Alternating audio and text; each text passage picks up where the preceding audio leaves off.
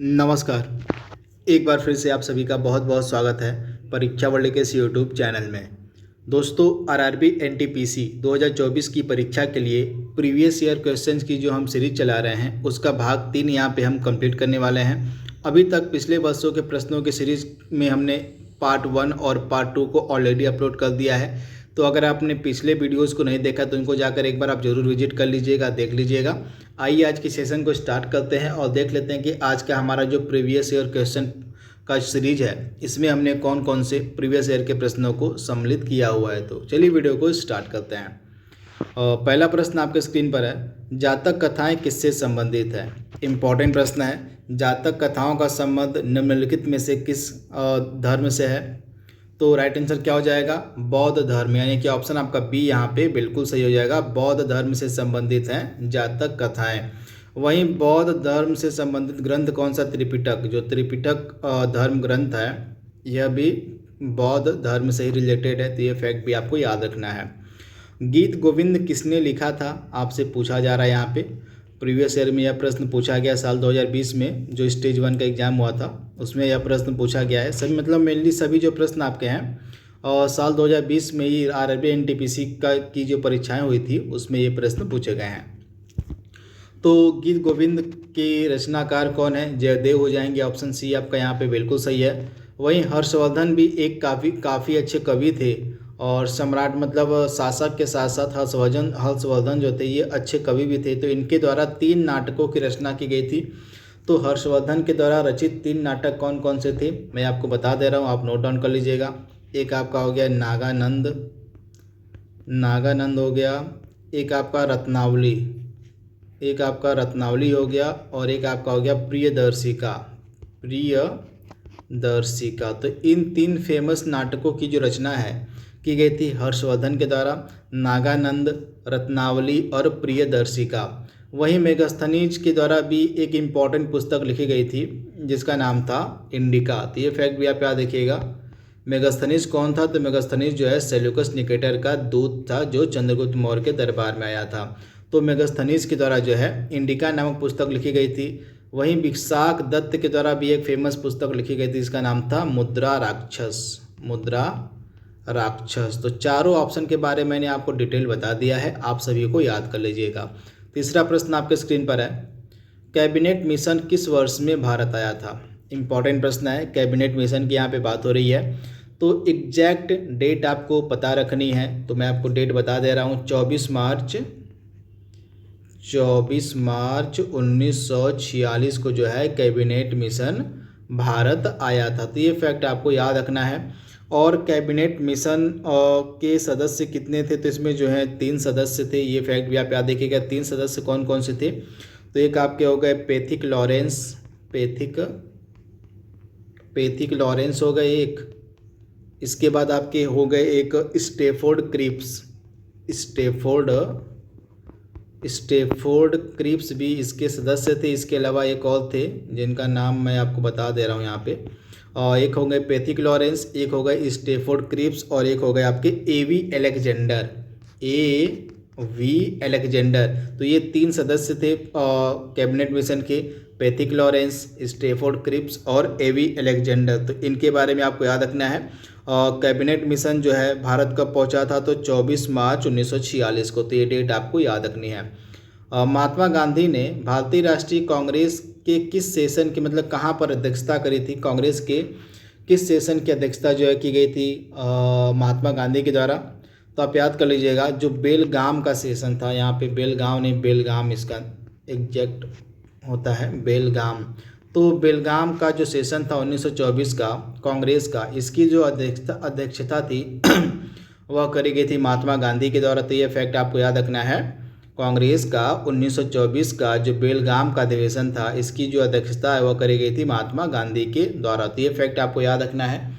वहीं option B आप देख पा रहे हैं फैजपुर। तो फैजपुर में जो अधिवेशन हुआ था कांग्रेस का यह 1936 में हुआ था और इसकी अध्यक्षता करी गई थी किसके द्वारा, तो जवाहरलाल नेहरू के द्वारा। और यह अधिवेशन अपने आप में क्यों खास था फैजपुर का, क्योंकि यह पहला अधिवेशन था जो गांव में हुआ था। एक चीज़ आप याद कर लीजिएगा, जो फैजपुर का कांग्रेस अधिवेशन था यह पहला अधिवेशन था जो गांव में आयोजित किया गया था 1936 में, और इसकी अध्यक्षता करी गई थी जवाहरलाल नेहरू के द्वारा। वहीं ऑप्शन सी आप देख पा रहे हैं बनारस। तो बनारस में कांग्रेस का कौन सा अधिवेशन हुआ था? तो 1905 का जो कांग्रेस का सेशन हुआ था वह बनारस में हुआ था, और 1905 के कांग्रेस के सेशन की जो अध्यक्षता थी वह करी गई थी गोपाल कृष्ण गोखले के द्वारा। वहीं ऑप्शन सी का भी आपका कांग्रेस अधिवेशन काफ़ी फेमस है, काफ़ी एग्जाम में पूछा गया, ऑप्शन डी वाला, सॉरी, कानपुर वाला। तो 1925 में कानपुर में कांग्रेस का जो अधिवेशन हुआ था इसकी अध्यक्षता करी गई थी सरोजिनी नायडू के द्वारा, तथा सरोजिनी नायडू जो है पहली भारतीय महिला थी जिनके द्वारा कांग्रेस के सेशन की अध्यक्षता करी गई थी। तो फैक्ट आपको याद रखना है, सरोजिनी नायडू पहली भारतीय महिला थी। भारतीय यहाँ पे लगा लीजिएगा आप। कांग्रेस के अधिवेशन की अध्यक्षता करने वाली पहली भारतीय महिला कौन थी? तो सरोजिनी नायडू थी। इन्होंने 1925 के कांग्रेस अधिवेशन की अध्यक्षता करी थी। वहीं अगर भारतीय को हटा दे, केवल महिला पूछे कि कांग्रेस के अधिवेशन की अध्यक्षता करने वाली पहली महिला कौन थी? तो 1917 का जो कांग्रेस का सेशन हुआ था वह कलकत्ता में हुआ था, और इस सेशन की अध्यक्षता करी गई थी एनी बेसेंट के द्वारा। तो एनी बेसेंट जो थी ये पहली महिला थी जिनके द्वारा कांग्रेस के सेशन की अध्यक्षता करी गई थी 1917 में कलकत्ता में। तो ये फैक्ट आपको याद रखना है, दोनों ही आपको याद रखना है। पहली भारतीय महिला आपको याद रखना है सरोजिनी नायडू जिन्होंने कांग्रेस के सेशन की अध्यक्षता करी थी, और केवल सिर्फ महिला पूछे तो राइट आंसर आपका क्या हो जाएगा? Annie Besant. तो दोनों में आपको कन्फ्यूजन नहीं रखना है। तो आगे बढ़ते हैं हम पांचवें प्रश्न की तरफ। पांचवा प्रश्न आपके स्क्रीन पर है, इब्न बतूता कहाँ का मूल निवासी था? तो इब्न बतूता जो है मोरक्को का मूल निवासी था। ऑप्शन आपका बी यहाँ पे बिल्कुल सही हो जाएगा। और इब्न बतूता का जो यात्रा वृत्तांत है उसको हम रेहला के नाम से जानते हैं। तो रेहला नामक जो यात्रा वृत्तांत है यह लिखा गया था किसके द्वारा? तो इब्न बतूता के द्वारा। यूनेस्को का यहाँ पे हेडक्वार्टर पूछा गया कि यूनेस्को का हेडक्वार्टर कहाँ पर अवस्थित है। महत्वपूर्ण प्रश्न है, एग्जाम ओरिएंटेड प्रश्न है। तो राइट आंसर आपका क्या हो जाएगा? जो यूनेस्को है इसका हेडक्वार्टर कहाँ पर है? तो पेरिस में हो जाएगा राइट आंसर। ऑप्शन आपका बी यहाँ पे बिल्कुल सही हो जाएगा। पेरिस में यूनेस्को का हेडक्वार्टर है। वहीं न्यूयॉर्क में किसका हेडक्वार्टर है? तो आप याद कर लीजिएगा, न्यूयॉर्क में हेडक्वार्टर आपको मिलेगा यूनिसेफ का। यूनिसेफ का जो हेडक्वार्टर है वह न्यूयॉर्क में है, वही यूनेस्को का पेरिस में है। तथा वाशिंगटन डीसी में दो इम्पॉर्टेंट ऑर्गेनाइजेशन हैं, एक आपका हो गया IMF और एक आपका हो गया वर्ल्ड बैंक। इन दोनों का हेडक्वार्टर आपका वाशिंगटन डीसी में है। तो सभी के बारे में आपको याद रखना है। सातवां प्रश्न आपके स्क्रीन पर है, समग्र शिक्षा स्कूली शिक्षा के लिए एक योजना है जो कक्षा कहाँ से कहाँ तक के लिए है। तो समग्र शिक्षा से रिलेटेड इसमें जो है प्रावधान किया गया था। तो इसमें जो है प्री नर्सरी से लेके कक्षा 12 तक के लिए जो है यह योजना स्टार्ट की गई थी समग्र शिक्षा। तो आप याद कर लीजिएगा, प्री नर्सरी से लेके कक्षा 12 तक के लिए। तो ऑप्शन आपका ए यहाँ पे 100% सही हो जाएगा। लोकसभा और राज्यसभा के संयुक्त बैठक की अध्यक्षता कौन करता है? इम्पॉर्टेंट प्रश्न है। तो यहाँ पे संयुक्त बैठक की बात हो रही है। तो यह जो संयुक्त बैठक है इसको बुलाता कौन है? सबसे पहले आप ये जान लीजिए। तो इस संयुक्त बैठक को बुलाया जाता है प्रेसिडेंट ऑफ इंडिया के द्वारा, भारत के राष्ट्रपति के द्वारा। किस आर्टिकल के तहत? तो आर्टिकल 108 यानी कि अनुच्छेद 108 के तहत जो है भारत के राष्ट्रपति के द्वारा जो है इस संयुक्त बैठक को बुलाया जाता है। लेकिन राष्ट्रपति केवल इस संयुक्त बैठक को, ज्वाइंट सेशन को बुलाते हैं, इसकी अध्यक्षता नहीं करते हैं। तो अध्यक्षता कौन करता है? तो लोकसभा और राज्यसभा की जो संयुक्त बैठक होती है इसकी जो अध्यक्षता है वह की जाती है लोकसभा स्पीकर के द्वारा, यानी कि लोकसभा के अध्यक्ष के द्वारा। तो ऑप्शन आपका बी यहाँ पे बिल्कुल सही हो जाएगा, स्पीकर ऑफ लोकसभा यानी कि लोकसभा के अध्यक्ष के द्वारा। नौवां प्रश्न आपके स्क्रीन पर है, कावेरी जल विवाद किन राज्यों के मध्य है? आपसे पूछा जा रहा है। तो आप याद कर लीजिएगा, मैं आपको यहाँ पे बता देता हूँ एक ही बार में, ऑप्शन को आप मत जाइए यहाँ पे। तो यह 4 राज्यों के मध्य जल विवाद है। एक आपका तमिलनाडु हो गया, एक आपका कर्नाटक हो गया, एक आपका केरल हो गया और एक आपका पुडुचेरी हो गया। तो इन चारों के मध्य जो है यह कावेरी नदी जल विवाद है। तमिलनाडु, कर्नाटक, केरल और पुडुचेरी, तो इन चारों को आप याद कर लीजिएगा। भारत में सांप्रदायिक चुनाव सिस्टम सबसे पहले किसके द्वारा शुरू किया गया था? भारत में सांप्रदायिक चुनाव सिस्टम जो है सबसे पहले किसने शुरू किया था? तो मार्ले मिंटो रिफॉर्म 1909, आप याद कर लीजिएगा। इसी के द्वारा सबसे पहले मुसलमानों को जो है, मुस्लिमों को जो है सबसे पहले पृथक प्रतिनिधित्व करने का जो है अवसर प्रदान किया गया था, तो आप याद कर लीजिएगा। यानी कि सबसे पहले भारत में सांप्रदायिक चुनाव प्रणाली जो है शुरू की गई थी मार्ले मिंटो रिफॉर्म के द्वारा। इसने किया क्या था? तो मुस्लिम के लिए जो है अलग से प्रतिनिधि मंडल की व्यवस्था इसके द्वारा कर दी गई थी, तो आप याद कर लीजिएगा। तो ऑप्शन आपका ये यहाँ पे बिल्कुल सही है, और मार्ले मिंटो रिफॉर्म 1909। अगला प्रश्न आपके स्क्रीन पर है, और विशिष्टाद्वैत दर्शन के संस्थापक कौन थे? आपसे पूछा जा रहा है विशिष्टाद्वैत दर्शन के संस्थापक। तो आप याद कर लीजिएगा, यह जो विशिष्टाद्वैत दर्शन है इसके संस्थापक हो जाएंगे रामानुजाचार्य। क्या नाम है इनका? तो रामानुजाचार्य के द्वारा जो है इस विशिष्टाद्वैत दर्शन की स्थापना की गई थी। तो राइट आंसर आपका क्या हो जाएगा? रामानुजाचार्य। ऑप्शन आपका ए यहाँ पे बिल्कुल सही है। वही शंकराचार्य जी के द्वारा किसकी स्थापना करी गई थी? तो अद्वैतवाद की, अद्वैतवाद के संस्थापक हैं शंकराचार्य। वही निम्बकाचार्य के द्वारा किसकी स्थापना करी गई थी? तो आप याद कर लीजिएगा, द्वैताद्वैतवाद। द्वैताद्वैतवाद के संस्थापक कौन हैं? तो निम्बकाचार्य हो जाएंगे। वहीं वल्लभाचार्य किसके संस्थापक हैं? तो वल्लभाचार्य संस्थापक है शुद्धाद्वैतवाद।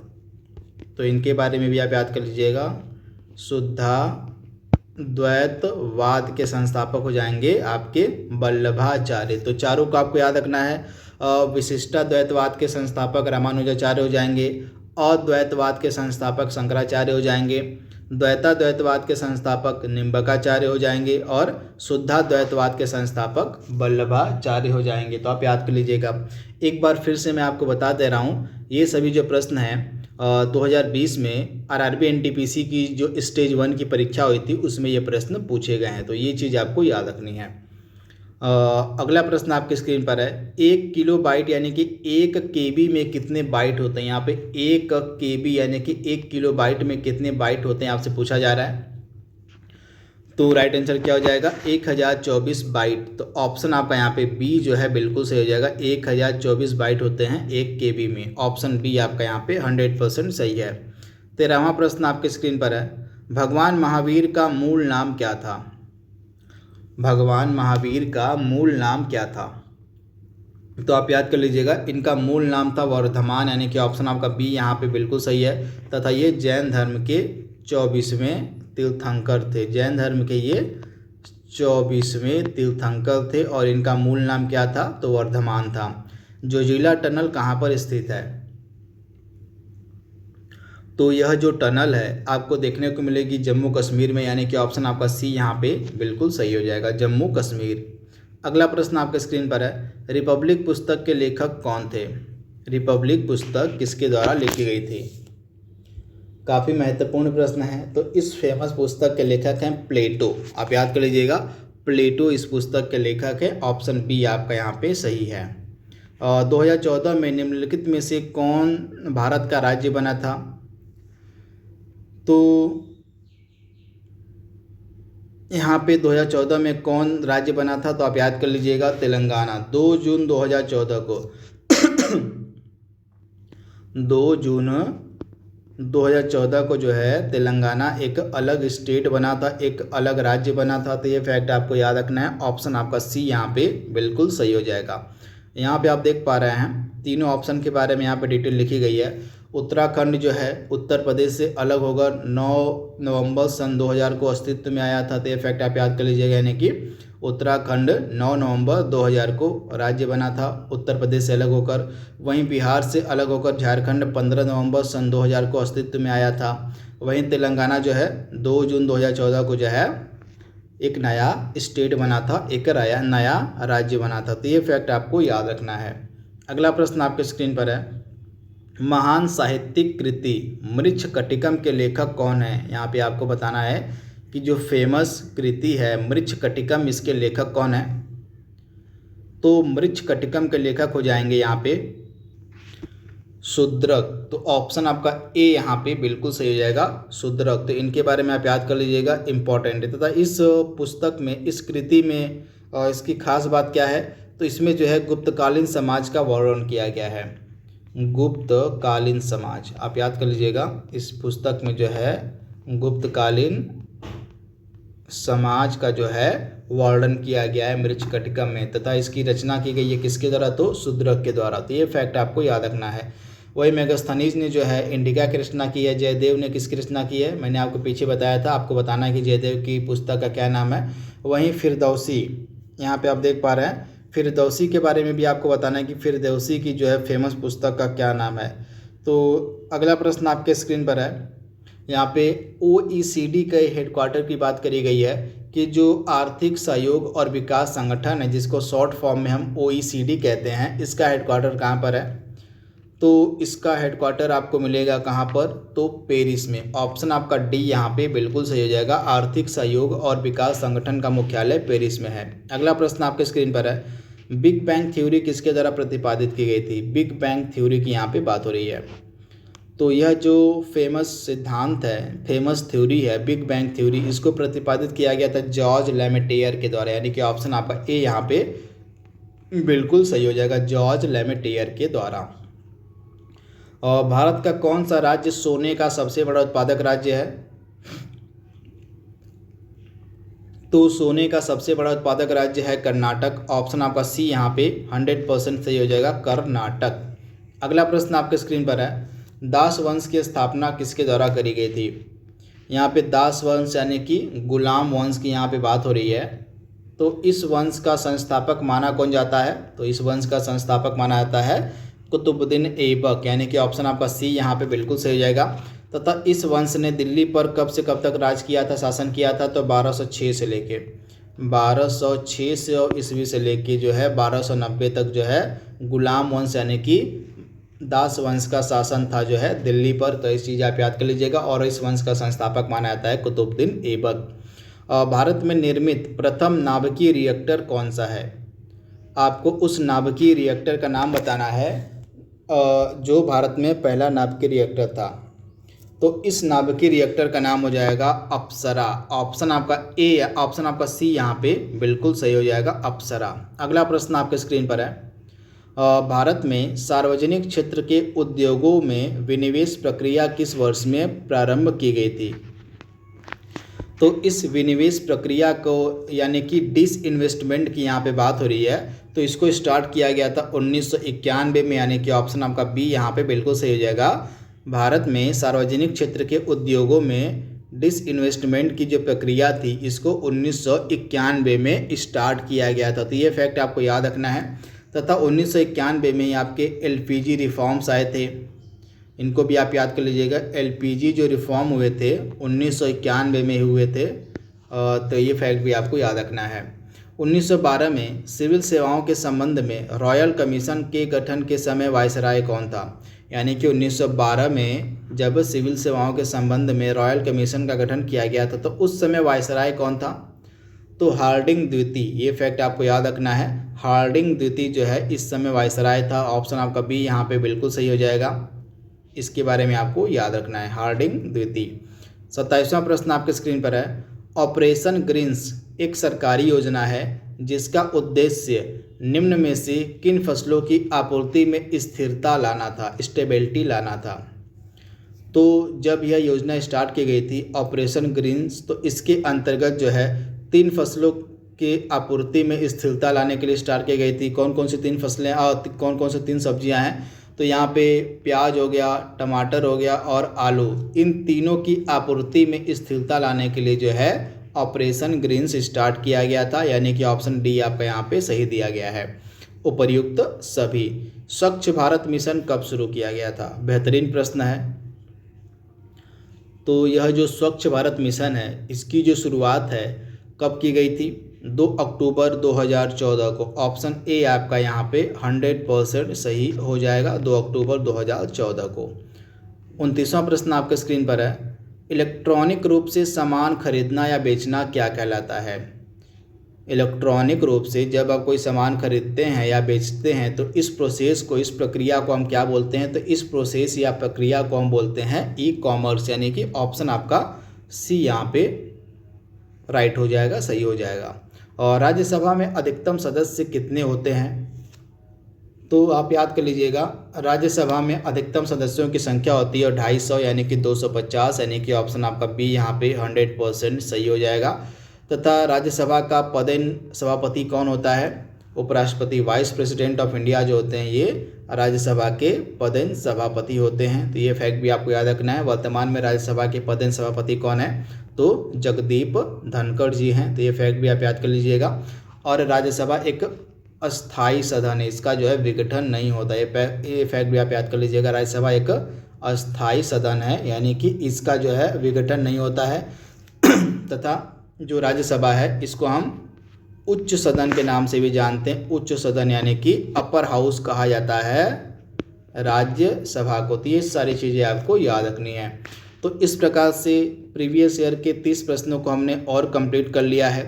आई होप यह सीरीज आप एंजॉय कर रहे होंगे। यह प्रीवियस ईयर क्वेश्चन की जो सीरीज है आपकी आगामी एनटीपीसी 2024 की परीक्षा के लिए बहुत ही ज़्यादा महत्वपूर्ण है। तो आज के लिए बस इतना ही। Thank you, thanks for watching, thank you.